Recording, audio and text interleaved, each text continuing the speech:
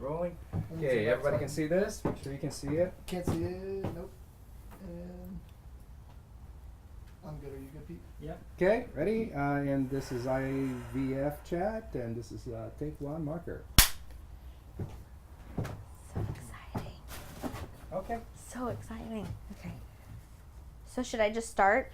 You guys are good whenever you'd like to go. Is this on Casey and me? Yeah, it's a 2-shot. Okay. And it'll predominantly be a 2-shot with you guys. Okay. So, Okay. unless you start talking. All right. I don't know what I'm gonna say. Okay, 3, 2, 1. And if you could use Oh. their name when you say now, try to at least. Oh boy, Okay. I'm terrible at that. Okay. But it's Annie, Leslie, Jake, right?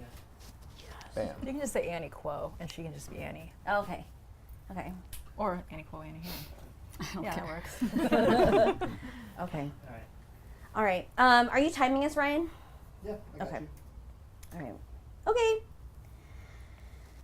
Well, I'm really excited because, you're going to be on Take 5, and we have shared so much about the path to parenthood. And I think, just going through IVF and having like all these struggles and challenges to get there has been kind of excruciating, but also exciting to share, right? Yes. And so many people want to share their stories as well, so we want to invite people to share their stories. But I'm so excited. It's kind of like a sisterhood / brotherhood that nobody wants to join, but then Right. once you're a part of, like when I first met you, I felt like I knew you because I Yes. followed your journey online, and I thought, oh my gosh, she knows what it's like, and not a lot of people do. It's really, really hard. Yeah, and actually I followed your journey too, so Oh. so it was really cool. And then you reached out to me too, and I was really just really super touched by that, and I Aw. appreciate it so much. I mean, I think that when people do reach out, you feel so loved, Yes. because you were like waiting to share that with everybody. Yes, and you feel like you just have to get it off your chest. I felt like it was a secret, and I wasn't sure how much of the secret to share. Yeah. And even coming here today, you guys all came in, and I've never met the three of you before, but we all started talking, and now I feel like I've known you my whole life because we all share this experience in a way. Yeah. Do we want to go around the room and just kind of introduce ourselves really quickly? My name is Annie Quo, and I am an ambassador for Resolve, the National Infertility Association. I host a monthly support group in Greenwood for people who are struggling to conceive or maintain pregnancy. I'm Annie Hand, and I used to co-host with Annie before my daughter arrived. And now I have a group that is pregnancy and parenting after infertility in kind of North Seattle area. So I'll be in your group. Welcome to join. Okay. I'm Leslie Chapman, and I run or facilitate the Snohomish County Support Group, which is based out of Everett right now. Nice. I'm Jake Chapman. I'm the husband of Leslie, and I'm here to support the effort and be a part of the conversation. Awesome.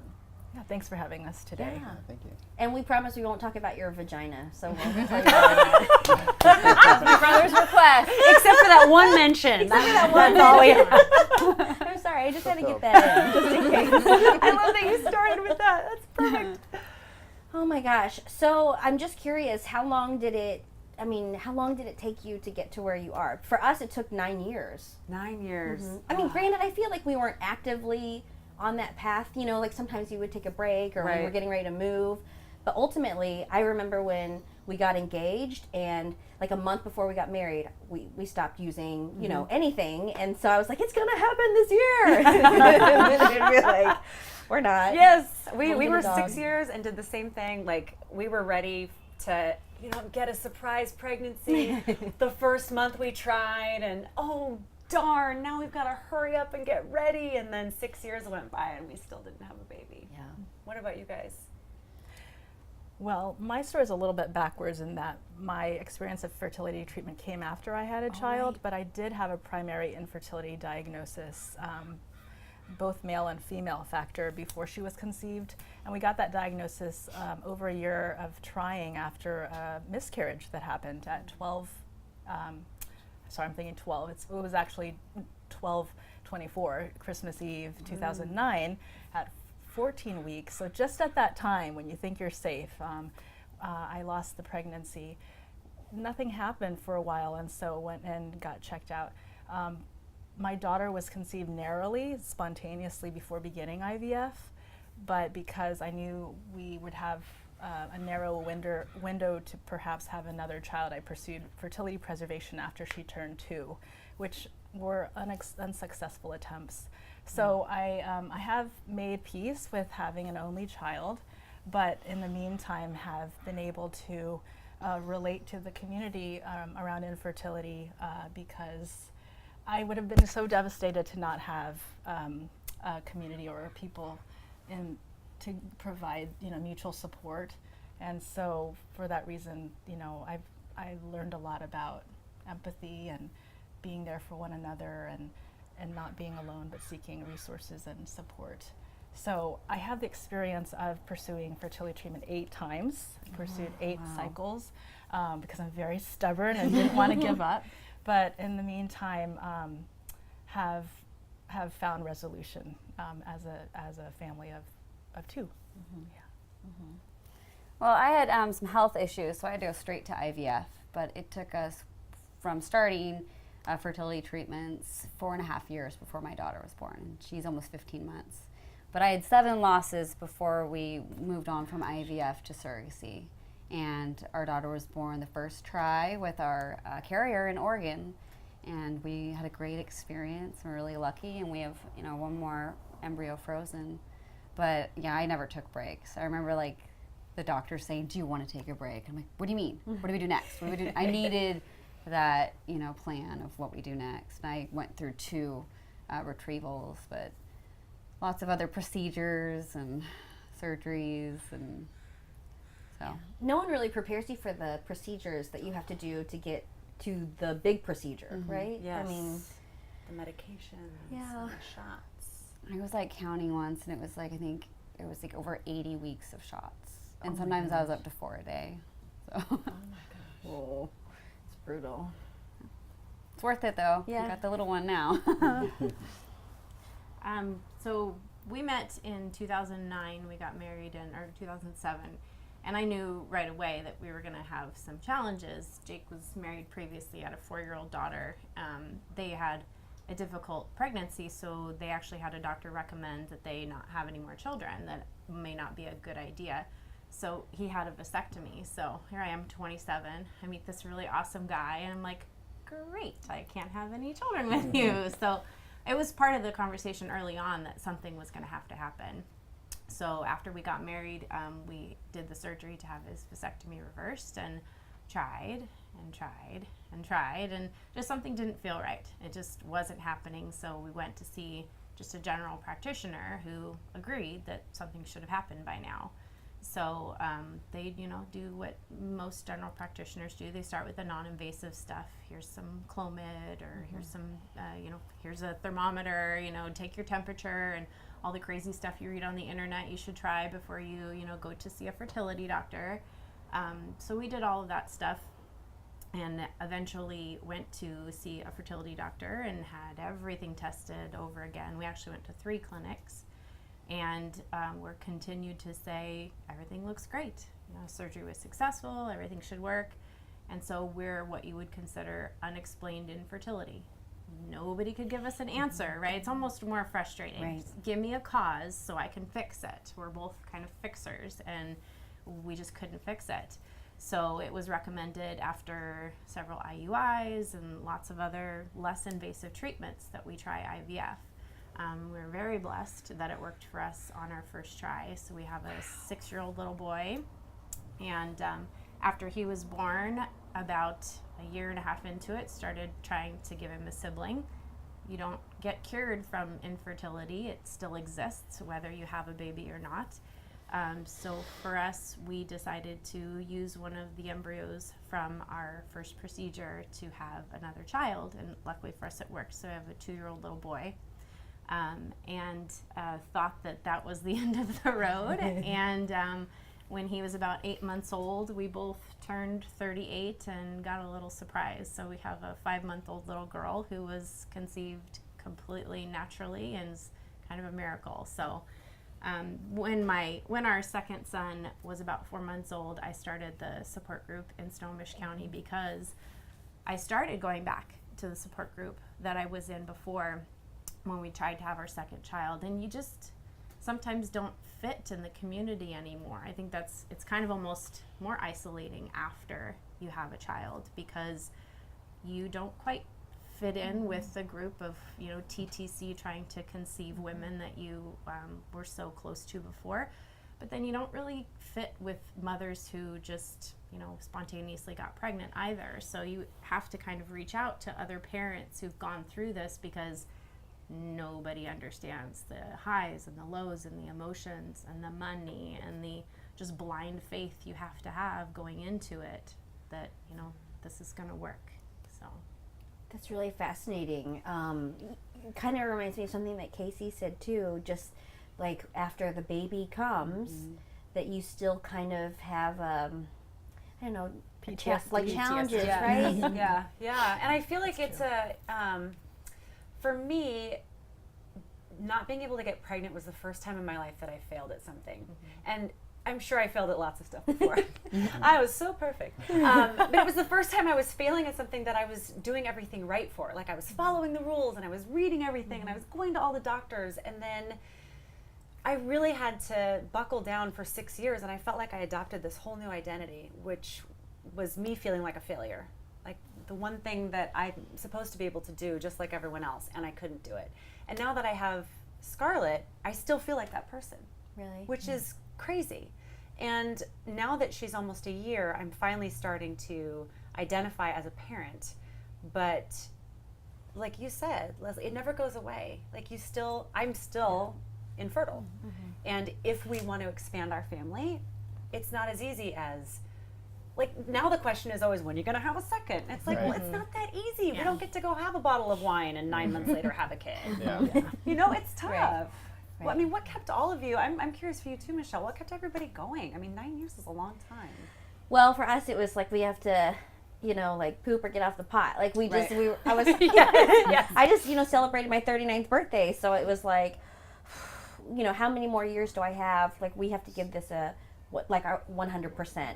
And my husband's 43, so it's just like we're determined to give this one try, you know, or one last try, I guess. But well, there's a grieving process that you go through. You know, I want to be pregnant. I want to have a child that's my husband and that's mine. And through the process, if you find that that's just not a possibility, you can't just move to the next thing. Like some people want you to do, oh, you should just adopt. Oh, why don't you do this? Well, you know, I have to be okay with this no longer being my dream and, you know, altering it to this is what we're going to do next. I think it's so unfair to the adoption process for people to say that, as though adoption is only a fix for infertility.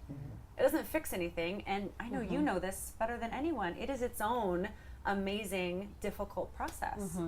Well, yeah, because I'm adopted, and I am like pro-adoption, but I think that for me, I really wanted a biological connection to someone in my family. You know, like I have met my biological family. I love them. They're great people. They're you know, there's like one big happy family, but there's something different about living with someone who's connected with you. You know, like my sister lives in Seattle, but we didn't grow up together. So it's just like I really wanted that, but I was afraid to want it too much in case this didn't work out either. And adoption's not off the table for us. It's just we wanted to give this a go first. And adoption actually is crazy expensive too. So if you, like, we looked at Korea just because I'm adopted through Korea, and I mean we were talking like $50,000 at least. It's very expensive. Some people will suggest adoption because they're just trying to help us solve a problem, but a lot of times when we are sitting with someone, we just want them to sit with us and listen and be present in the moment so that we can process our grief. And to us, sometimes the quick, you know, suggestion of adoption can feel dismissive because it's dismissing where we are right now in our grief to get through the pain of perhaps not carrying a pregnancy, which some women want to carry a pregnancy and bond with their child through the womb and give birth. You know, that's sort of a life experience. I don't know if any of you. I got news for you. There's no way out, but There's no way out but through. You forget. That's why they say why you can have multiple children is you forget all about the pain and. Well, I felt like sometimes people would make me kind of, when they do the adoption route, try to make you feel like guilty. Like there's so many kids out there that need a home. Like I shouldn't be trying so hard to have my own biological connection. And it's like, you can't judge someone unless you've been there. And even if you've been there, everyone's story is different. Yeah, I think it's easy for those people to say that. You know, and they think that maybe you just go up to an adoption mart and I'll take that one. Sign me up.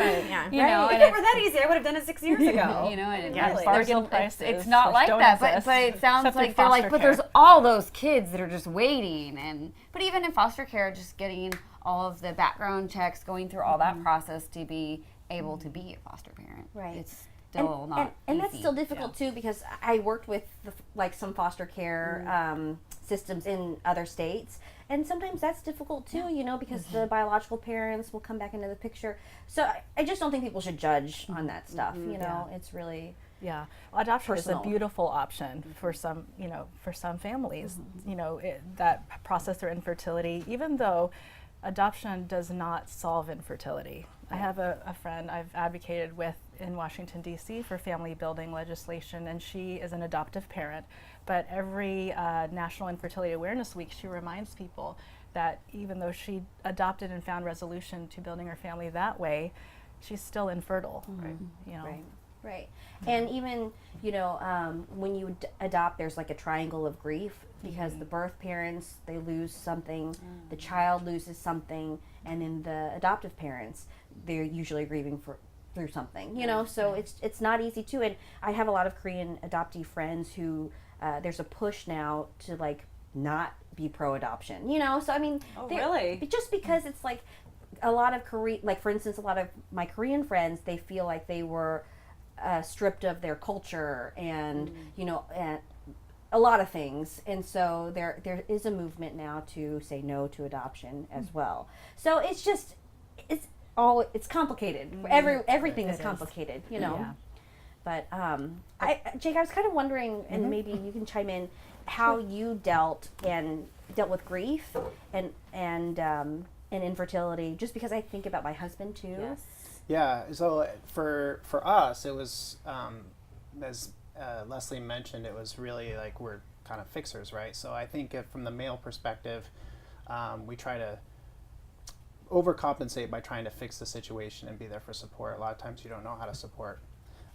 So that, for our story, that was a lot of what took place. I mean, you mentioned it, the shots and the difficulty in going through that. It's a real test on the relationship. So it's a process, right? It's difficult to not have to struggle with infertility, but then it's also impact on a relationship as well. So it's like a double whammy, right? So it's really challenging, but it's also, when you have some success, it doesn't go without the risk part, right? So you look back and you're like, wow, we went through a really tough time, but we overcame. So you can kind of spin that into a positive light as well too. So I know that there were a lot of people around us, like I think your cousins, they had twins, but how many times did they try? They tried for 12 years. My cousin was biologically my cousin. He was born with a genetic disorder that skips generations. I think it was called azoospermia, where the sperm just doesn't move, and they didn't know it until they got married and started trying. And so once they found that out, she had to grieve that process of, there's no way that I can have a child that biologically is both of ours. So they tried lots of different methods, and they're in the military, and so they're moving around, and there's only so much that the insurance will cover. And ultimately they ended up, and she kept going. This is what I want, and she kept going. And now they have boy and girl twins that are 2 years old. So, and everybody in our family just didn't understand. It was, why? Why can't you just be happy being together? And no one knows, what your ultimate desires are. Everybody has that dream, and it's like we were talking about. You deliver and you have this baby. And it's your dream come true. But you've been on this roller coaster of highs and lows and success and failure that it's so hard to emotionally get off. So you just keep waiting for the other shoe to drop. So you have this child that you've finally, achieved your dream, and you're like, okay, now what do I do? I literally kept waiting waiting for for it. somebody to take her away Yes, from me. exactly. And that's so hard to explain to people. If I had $1 for every time somebody came up to me and said, "Aren't you just so over the moon in those first few months?" And I was just like, I don't even know what's happening right now. I haven't even accepted that I have a baby. Yeah. It's a completely different, and you know, Jake, you were talking about the impact it has on relationships. That's something that I tried to ignore in a really bad way. And my husband was the one that was like, because we've talked about would we ever try for another kid, and he's like, do you realize how that's impacted our relationship with each other as a husband and wife over the last 6 years? How did it impact it? Was it Everything was negative, about- or was it a positive? It was a positive in that we were forced to learn that we each communicate differently about things. We were forced to learn that we each grieve differently. And that made us a better couple. But it also was our entire world. We had to plan trips around a transfer. If I was doing progesterone shots, I remember one time my girlfriends had a fun slumber party. We're adults, I don't know why we did this, but it was, and John got up and came over at 5 a.m. to give me my progesterone shots. It's things like that. It's being out at a bar and being like, oh no, I gotta go, bathroom stall of pesos. I gave myself a Lupron shot in the stomach. You know, it just, it affects everything. And by the way, even if you stop trying, every month you either find out you're pregnant or you're not. Because we took a year off. Even though I don't really ovulate, every month I was like, maybe this month. So it's like repeat PTSD, Yes. right? Getting your period Over is like, and over oh, again. right? Yeah. And then multiply that by as many years as people are trying on this And then journey. that's all you talk about as a couple. Yeah, and I think the intimacy too became work, which was a struggle. I mean, I remember there were times when on a lunch break, it was like, you know, I lived close by. She's like, you need to come home now. And I know what that meant, right? And I was like, well, you know, and over time, at first, it was like, oh, this is pretty cool, right? But then it just it became an effort after a while, and it just kind of like, you know, and then every month when it didn't happen, or every week, it was after the shots and everything, it was just another letdown. So I was like, okay, I gotta pick the pieces up again and go forward. Yeah, I think that's right. When you say every month, it is like PTSD because you get your period or something, and you're like, oh, it you have the sucks, you know? hopes, and then it crashes, you know, very rapidly every month. Or like the holidays, we talked about that before. The holidays were difficult for me. I don't know about Jim, but you know, because and I've said this before, and it's not to anyone's fault. Like we always got presents for the kids, but like no one would get us presents, which I don't need presents, but I always felt like, does anyone realize that we're trying, you know? So Yeah. there's stuff like that. The holidays can be a very difficult time. You know, we're about to hit this hard season for the infertility community, whether or not people are actually attending support groups. Anyone who identifies as such knows the onslaught of, you know, the questions from well-meaning family and friends who are asking, so when's little Johnny gonna finally appear? And there's a lot of family-oriented activity around the holidays. Everything's about like Jesus and the Nativity and, you know, Thanksgiving. And Santa and the kids. Yeah, the place, maybe the nursery that the room that you've hoped to show off at Thanksgiving as a nursery, or that corner that's still empty at the dining table, you know, that you hope to have a child there year after year. And it's that with the passage of time around the holidays, you know, we always reflect and think back about the past year. You know, it's another reminder of something that hasn't yet been fulfilled. And you have to develop your coping mechanisms. You know, it's like you either use avoidance and you just don't go to the parties, or you use humor. You know, I remember we were talking once, and my mom walked in the room around Christmas time, and she said, "What are you guys talking about?" I said, "Sex," and she just looked at me, and I said, "I don't think we're doing it right." And it was just, you know, she kind of rolled her eyes, but it's like, you know, people ask, and what we ended up with is, you know, when people ask, "Well, when do you guys have?" "Well, we're trying," and you just kind of leave it at that. And sometimes people know, but until you start talking about it, because there's such this stigma of sometimes shame or embarrassment around it, that until you start really opening up the conversation, then you realize that there are a lot of people that are touched by this or struggle with this and just don't talk about it because, you know, there's blame sometimes involved.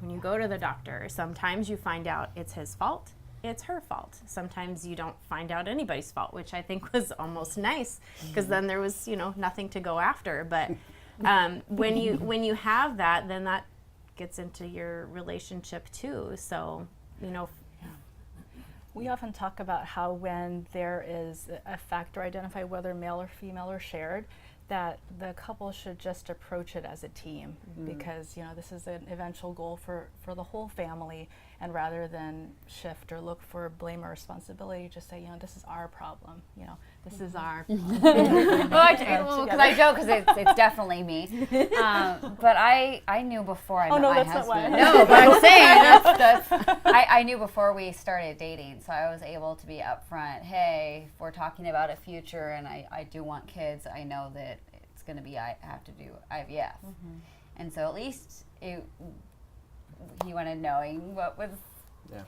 what he was in for, and so it wasn't like this. We were this couple, and he had anticipated this is how we're gonna have a family like everyone else. Just quick try, and here we go. So at least he knew, and we didn't have that added stress of the blame later. It was kind of, we had that acceptance of, well, if we're gonna do it, this is how we have to do it. So I love the love stories on the couch here, because you knew before you married Jake that he'd had a vasectomy and it'd have to be reversed, and there'd be that question over, what would happen. And then Stu knew about you. Yeah. And still they kept saying yes, yes, yes to each other, and have gotten through some hard times. So I can only think that it just reinforces the commitment, even though, it does redefine the nature of your relationship for a season. I think we're better off now than ever before, but I also think we're lucky, because I can see how this process can break people. Yeah. Both people and couples. It's a lot, and it's interesting. It's sometimes hard to have. I don't know, like, I always looked at everyone else, you included, people who were working in TV, and I was jealous of everybody, because I'm like, oh, they're probably going to have kids in 5 years, and it'll be so easy. And then when you came out with your story, I was so surprised. Oh, really? Yes. Not surprised that you came out with it, but surprised because I thought somebody else has been going through this and not talking about it. Like, you were still going on the air every day with a smile and doing your work, and I felt such compassion for you, because I know what that feels like. It's hard. Yeah. Well, thank you. No, it is hard. Well, because, I'm super emotional, obviously, right now anyway. But yeah, it is hard to, I think, just to have that in the back of your mind, and like, why hasn't this happened yet? And I still want to, you still have like these obligations and career goals and all that stuff. So yeah. You still have to go through your life, but it's hard to ignore what's how really going on. They were saying that, like, a lot of people you don't know. For me, it's kind of like, well, we're expecting, I'm not pregnant. I kind of had that Band-Aid ripped off for me, and it actually felt really good, because people close to me, knew what was going on, but it was kind of like, well, everyone else, we're expecting, and I'm not going to get it, my body's not going to change, so this is what's going on. And I was able to finally be more open to people that were outside our, circle of infertility or close family. It's like before on social media, I maybe wouldn't say anything, and now it's like I share stories that people are doing, or I post about things, because I hope that my story might help other people that are going through similar things and feel like it's something to be shameful about, or it's something you don't talk about. But yeah, it was kind of, I was able to finally be like, well, I'm not going to be able to hide this anymore. And I remember I was saying that we had to do like a psych evaluation, and they're like, well, would you tell any children that you have through surrogacy? And I'm like, of course. There's not going to be any, maternity shots of me in the house. My child might ask, where are the pictures of me in your belly? And so it's being open, and even though I didn't get to decide that for myself, it's kind of a relief. If it's any consolation, I don't have any maternity photos either. I don't want any. Well, you kind of get put in this new category, you don't really associate, or you don't really feel comfortable kind of celebrating to your friends that maybe are still struggling, but then you've got these other friends that maybe have children already. And I know I parent our children a little bit differently in my mind. I mean, we've invested so much time and money and emotion and just blind faith in this process that once the baby is finally there, people give you the, advice, don't rock them to sleep because they won't be able to do it on their own, and, don't hold them too much. And I'm like, you know how hard I worked for this kid? I am gonna hold him every second of every day. You know, he's 6 and we walk through the grocery store, and if he walks around the corner and I can't see him, I start to have anxiety. I mean, and there's not always, especially a guarantee that I can do this again. You know, in our situation, we're very lucky and that we were able to have more children, but that could have been my only chance. So I went all out. Maternity pictures, you know, smash cake pictures, you know, I bought all the stuff I wanted to buy, and I spent so much time with him because I wanted to enjoy every moment. And I still feel that way. You still feel like somebody could take it away at any moment. And he's 6. So, you know, I mean, I feel like I parent a little bit differently in that sense. I wish I'd done the maternity photos now, just because it does look like that was my only pregnancy. But and Casey and I were talking before the camera started rolling about how we lost our innocence through miscarriage, the experience of miscarriage before our eventually successful pregnancies and being able to have our children.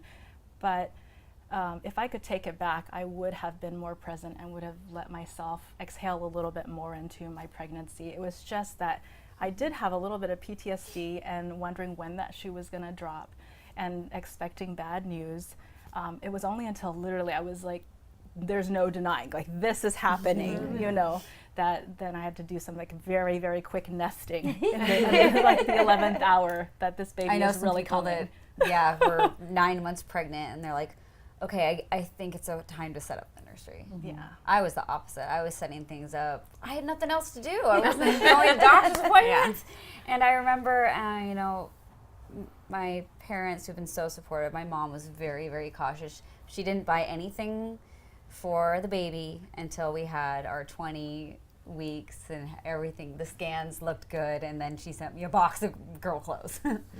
So, and like you're saying, I think parenting, I thought that I would be this like helicopter mom, because this might be my only one, I don't know. And I feel like I let my daughter fall down. I let her take those risks. She's one of those risky toddlers. You know, you're like, don't climb that. And she's like, really? I can. Look at me. And she makes eye contact while Yes. She loves slides. She's got bumps and bruises. You know, and also my husband and I are very big on raising her with manners. Already at 15 months, she says please. We expect please. And so, you know, we say please. We say goodbye when we leave daycare. If she doesn't look at her teacher, I turn her around and we wave goodbye. And, you know, I'll take the time and there. It's like I didn't do all the investment of time and money and all these things to not put the effort into raising a nice little human being. You know, when she's nice, we praise her. That was so kind of you, because we want her to be this nice little person. I'm not going to let her be, you know, my little special snowflake and get away with things. I'm probably more hard. I think my mom and other people, when I'm like, use your words, they're like, she's 15 months old. I'm like, but she has those words. I've heard her use them. You know, and I think I'm a little bit harder on her for the struggles I went through, because I'm like, if this is my only, I'm not, you know, going to raise a rude little kid. Or a kid that's afraid of everything. I was a fearful child, and I'm glad that she's willing to try a new slide or do something and ask for help if something, you know, up, help. You know, if she wants to get on the climber and stuff. So, Yeah. you know. So funny. I do think that whole mentality of we feel so fortunate that we have our children finally with us sticks with us, and it does influence the way that we parent. I know that I am like, I have that I don't want to miss out syndrome, you know? So it's like, okay, I'm going to be a Girl Scout Daisy leader. Okay, I'm going to read all the books on pediatric brain science, you know, so, you know, the one shot that I have, I'm going to do it right, you know? And at one point, I was literally putting into practice that suggestion that you talk to your children so much between birth and 3, because that's like the time more than any other in their lives that those neural connections are firing. That she gave me feedback one day, and she's like, Mommy, why do you keep talking and never stop? You know? And it was just that I was like, okay, I have one shot to like do this right. And so I think that for that reason, it's made me a little bit more compulsive of a parent, you know, to like try to read up on the latest research and apply it, because this may be the only time that I get to do it. So maybe relaxing is in order too. I get that, like, Yeah. like if it's your only chance, Yeah. and you didn't know at the first one, you're like, I want to do everything. Like, we were like, first birthday party, okay, Santa pictures. And, like, I'm not crazy about, but there are certain things, and I want to make sure that we do. We took her to the pumpkin patch last weekend. She was, okay, pumpkins, it was more for us. Right? Yeah. She loves pumpkins, but that's definitely for us. Or, we take her to the zoo. She can't see. We're like, look, it's a giraffe way back there. Don't you see it? Yeah. And it's more for us and the family things. But then when you say we did that, we took you and did these things when we were little and spent that time as a family. So I get the not missing out, and I probably will end up volunteering. Oh, I'll go on every field trip, that type of thing, and not wanting to miss out. And I have good memories of my parents being involved with, field trips and things like that, Indian princesses, things like that. Yeah. Or like taking out Parent Met magazine or Seattle's Child and like with the highlighter and making sure that you have like all the weekend's activities, and planning ahead. But I think in that way, that's sort of that's one way that that whole experience of infertility has affected the now, even though it's like nearly 7 years later. Wow. Yeah. We're almost out of time, so I just have two more questions, unless anyone wants to chime in. But I'm just wondering if anyone watches this, if you could give them any advice or lasting impressions or thoughts, if they're struggling or if they're starting that journey or whatever. And then also, is there anything that we as a state need to do? Because I'm really big on the insurance part. I really feel like, insurance should have covered our struggle, because if it's a disease, if infertility is a disease, which it is, then why can't we get insurance? Because we've paying off this kid for a long time. We won't even own him outright, Yeah. How much does that kid walking around cost? Yeah. $150K. Yeah. Protect your investment. We were lucky in because that was when they told us that was our next step. We left. I was so defeated. We left the doctor's office. I was like, "There's no way I can ever afford this." And we were very blessed. My dad actually won the lottery several years ago. What? And that Literally. was how we paid for. There's the only way that Like we were the able to- lottery? Yeah. Yeah. But that was also a struggle too, Yeah. because Yeah. accepting the money, Yeah. was very difficult. Sure, So, Yeah. I mean, it's a Yeah. cool story though when you Yeah. say Yeah. that, but I I went to the understand. fertility walk last year, and I made shirts for my kids that says "My grandpa won the lottery, so I could have a heartbeat." So, it's cool for them to grow up knowing that. And my mom is like, if there's one really awesome way that we could spend this money, we don't need to take fancy vacations or do things like to have a grandchild, and they got 2 out of it because we were able to have enough embryos from the first procedure to have our second child. And so I went into the second, it's exactly the same process, almost, minus the retrieval. And when we went into the second one, it was all those feelings again. And so I used the same mantra I did for the first, which was just surrendering to the process. Once you accept that this is what I'm going to do, via IVF or IUIs or even adoption, there's only so much that you can control. I could control when I took my shots, when I went to the doctor, doing what they told me to do, taking care of myself in general. But you can't control the outcome. So just accepting the process and finding a really good support team, a doctor you love. We love our doctor that we used.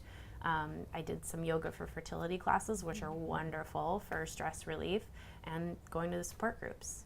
Finding outlets to help you manage your stress level and your anxiety level, because that's really the killer to the process. So, Yeah, I think bringing awareness to this is very helpful. It helps people understand the struggle, the empathy factor, right? Because you can't just say, you don't understand, you haven't been through this to family members, right? And then I think the other thing that you could do is set yourself up with a counselor just for protected talk time. Just talk about your feelings. Yeah, that's good. I'd say I wish I had a support group years ago. I started going to the Resolve group right before we transferred to our surrogate, and I wish I had that. And I had friends and family that had gone through IVF, but they had been successful at that point, which was great for them, but I needed something else. And so I'd say if you're struggling, find a community. I really, Yeah. there's people that you can just text, be like, I'm struggling today, and can we go get coffee? Or, you know, going out and being active. You've done a lot of things with groups, of getting out there and, you know, finding things to do with people that just get it. You don't even have to like talk about it if you don't want to, but just being with people that get it. If you say, I don't want to talk today, or I really do need to talk today, just having that. Yeah. The fortunate news for Washington State is we do have an active and growing community through Resolve. Also, those who are experiencing pregnancy loss or infant loss can find support through PS Puget Sound, which is Parent Support Puget Sound. And these are groups that have over 15 support groups meeting around the area. They're all free. There is a community of support that you can also find online. You know, in-person support groups aren't for everyone, but Resolve has a support platform called on inspire.com. There's a Finding Resolution group there where people can anonymously, you just pick a screen name, you know, can log in. I actually, before starting the support group in Greenwood, was active on an online discussion That's board. how I found Resolve, was through Yeah. Inspire. Yeah. That was recommended by my fertility doctors.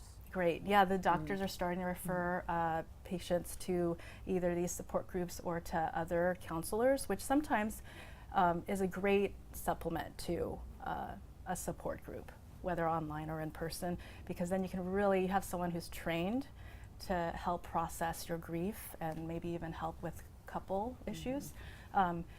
Resolve is also active in helping build family building legislation. So to answer your question about what can we here do in Washington State to help enact change in the legislature, one is to rally behind family building legislation to encourage our lawmakers to sign into law a state mandate insurance.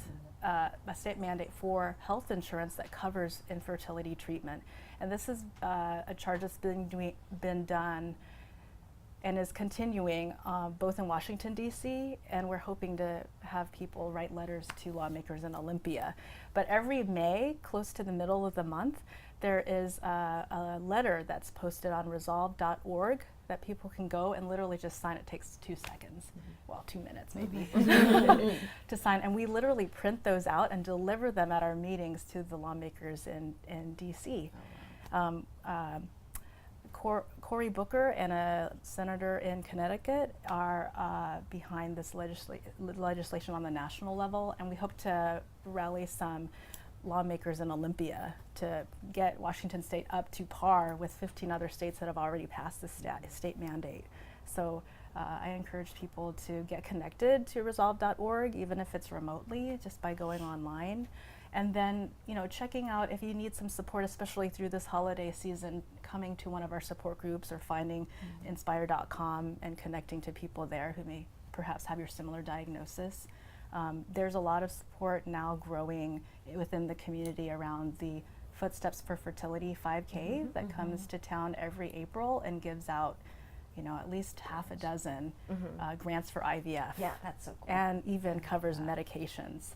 And we also are planning film screenings. There's a November 18th Pregnant-ish event that's coming to town to offer a meditation and a panel around fertility. So every now and then there are special events that occur, and I think people can get connected by either connecting to one of our support groups just to say, hey, I want to be on your mailing list, or some of the other patient support groups online. There's one that SRM, Seattle Reproductive Medicine, hosts. You don't have to be a patient to be there, but it's called Hope and Support. It's a closed group, so you can maintain some privacy while you get connected on Facebook. And by the way, these are much more positive ways to use an online presence than Googling your symptoms, followed by chances of getting pregnant, which was always a negative for me. But these are very positive ways that you can actually connect with people and actually feel a sense of hope. Yeah, and even if, you know, getting to a group or going online isn't your thing, because I recognize that everybody's got their own cup of tea, find somebody that you can talk to.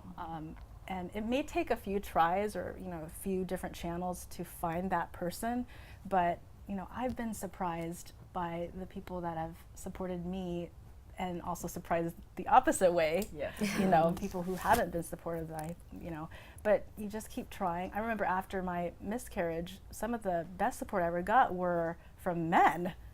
You know, who would have thunk? I don't know if it was, reverence for the female vessel or something, but they really, acknowledged the loss and the pain that I might be feeling, and just said the right things at the right time. And there's somebody in our lives who can be there for us in that way. Just keep trying, and it might change some of our friendships or relationships for a season, but eventually those bonds can come back. It's just a process while we're going through the journey that we just need to get through, but don't give up. Oh my gosh. I feel like so overwhelmed. I'm so close, so I just like listening to all of you and seeing that you all have children, and I can't wait for this one. You're going to be a great mom.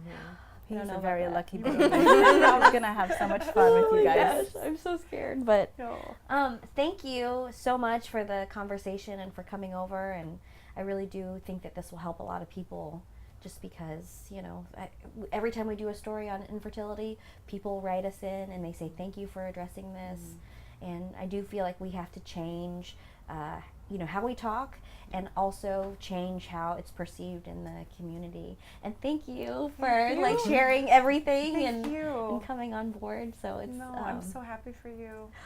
Well, You're gonna do great.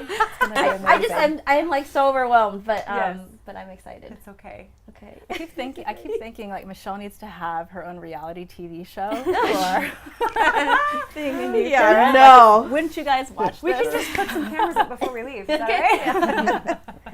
Well, Thank thank you you. guys. Thank you. Thank you for Appreciate it. using your platforms to help raise awareness about this, because I do feel like here in Washington State we're talking about this more.